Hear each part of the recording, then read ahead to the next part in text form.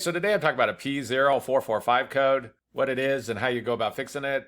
And so what is a P0445 code? Well, it's an evaporative emission control system, purge control valve circuit shorted. And what does this mean?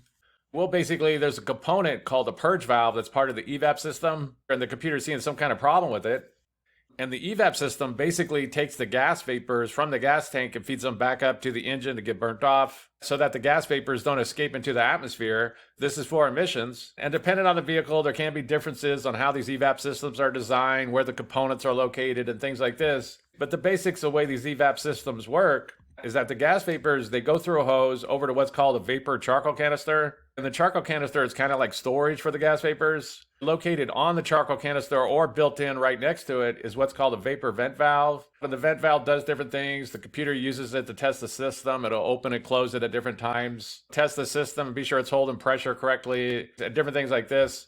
A hose will leave the charcoal canister. It'll go up into the engine compartment, and up around the engine somewhere is going to be what's called a purge valve. And basically the purge valve just stays closed when the engine's off so that all the gas vapors don't escape. And then when the engine's running, at some point the computer is going to send a signal to that purge valve to open up, and all the gas vapors are going to go into the engine and get burnt away. But when you get this P0445 code, the computer's seeing some kind of problem with this purge valve, and so it's going to have to be troubleshooted to know why.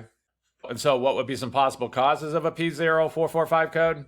Well, the first thing that could cause is that purge valve's just gone bad and just needs to be replaced. The purge valve is going to be located up inside the engine compartment somewhere. It'll have two hoses going to it and a wiring connection. One hose is going back to that charcoal canister, and the other hose is going to be going into the engine. It's a good idea to get a diagram to know where it's located and what's going on with your particular vehicle. Since there can be some differences, sometimes one hose will be going to it, and then the other side, the other port, will be attached directly to the engine. So there is two ports, but they're not visible when you go to look at it. But the purge valve is located up inside the engine compartment somewhere. There's some different ways to go about testing that purge valve. I made some videos on this. I'll put a link down below if you need to check that out. Basically, this purge valve is normally closed, so when there's no power going to it, it shouldn't be open. But if power does go to it, then it does open. So you can remove it and just see if you can blow through it. If you can blow through it, then you know it's bad. You know it's stuck open. And to test it and see if it's stuck closed, you can apply power and see if it opens. There's a way to check this with the engine vacuum without removing it. Like I said, I made a video on this. I'll put a link down below if you need to check that out. But the first thing that could cause this is that purge valve's just gone bad. The next thing that could cause this is the wiring going to the purge valve. There's some kind of issue going on with it. There's like an open or a short or a blowing fuse or something like that.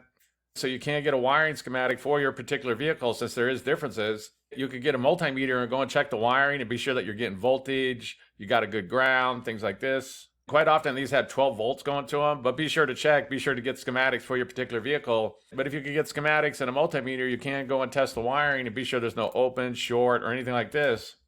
And also keep in mind that these could be on a fuse. Sometimes it could be very confusing on which fuse it is or what's going on.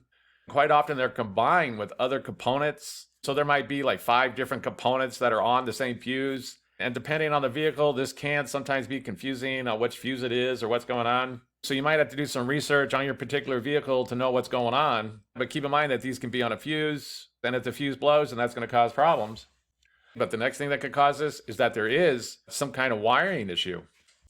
And so that's basically it. I just wanted to give a basic overview of how you go about fixing a vehicle with the P0445 code. If you have anything to add, please comment down below. If you have any questions, ask me. I'll try to answer them. If this video helps you, please click like, please click subscribe, and have a good day.